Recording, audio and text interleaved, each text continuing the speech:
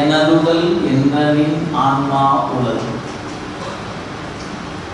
என் உடம்பு, என் கை, என் காலு அப்படின்னு சொல்வதாலே ஆன்மா உள்ளதுன்னு. இதுல சொன்னா எப்படி ஆன்மா உள்ளது அப்படின்னு இது யார் சொல்றா? அந்த அப்படியே அந்த பதிப்பாங்க. உலகத்தார் தம்மின் பேராகிய பொருளை என் வீடு என்று கூறுவது போல் தம்மின் பேரான பொருளை, யாரு? உலகத்தவர் தம்மின் பேரான பொருளை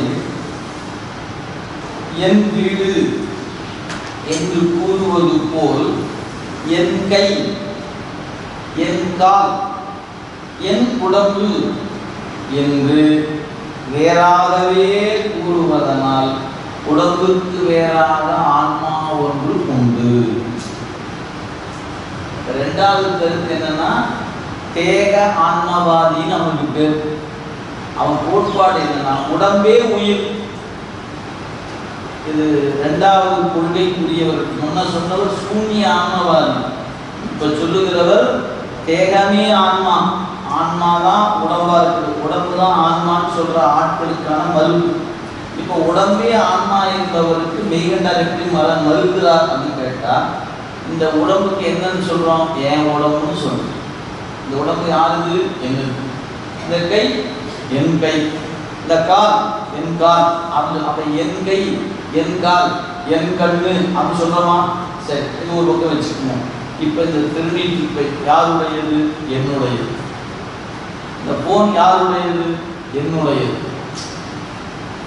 வெளியூட்டுக்கு ஒரு செருப்பு யாருடையது? என்னுடையது. அப்ப நான் எதையெல்லாம் என்னதுன்னு சொல்றனோ அதெல்லாம் என்னிலிருந்து வேறானது. என் மனைவி, என் குழந்தை, என்னுடைய வீடு, என்னுடைய கார் அப்படின்னு சொல்றேன். இது எல்லாமே என்னிலிருந்து வேறானது. எதெல்லாம் என்னிலிருந்து வேறானதோ அதை நான் என்னன்னு சொல்றேன்? என்னுடையது. என்னுடையது சொல்லுகிறவங்களா? ஆம், அப்படிதான் சொல்றோம். அப்ப இந்த உடம்பு யாருடையது? என்னது. அப்பவே தெரியலையா நான் வேற, என் உடம்பு வேறன்னு? ரொம்ப எளிமையா மறுத்துட்டாருங்க. தேகமே ஆன்மான்னு சொல்லுகிறவன எப்படி ஆசிரியர் மறுக்கிறார் என்றால், என் வீடு, என் மனை, என் மக்கள் என்று சொல்லுகிற பொழுது அவையெல்லாம் உன்னிலிருந்து வேறானவை.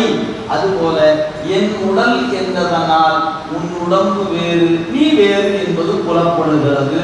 அப்படின்னு என் உடல் என்றலின் ஆன்மா உலகுன்ற. எனவே உடம்பே ஆன்மா அல்ல, உடம்பு வேற, உயிர் வேற. மூணாவது கோட்பாடு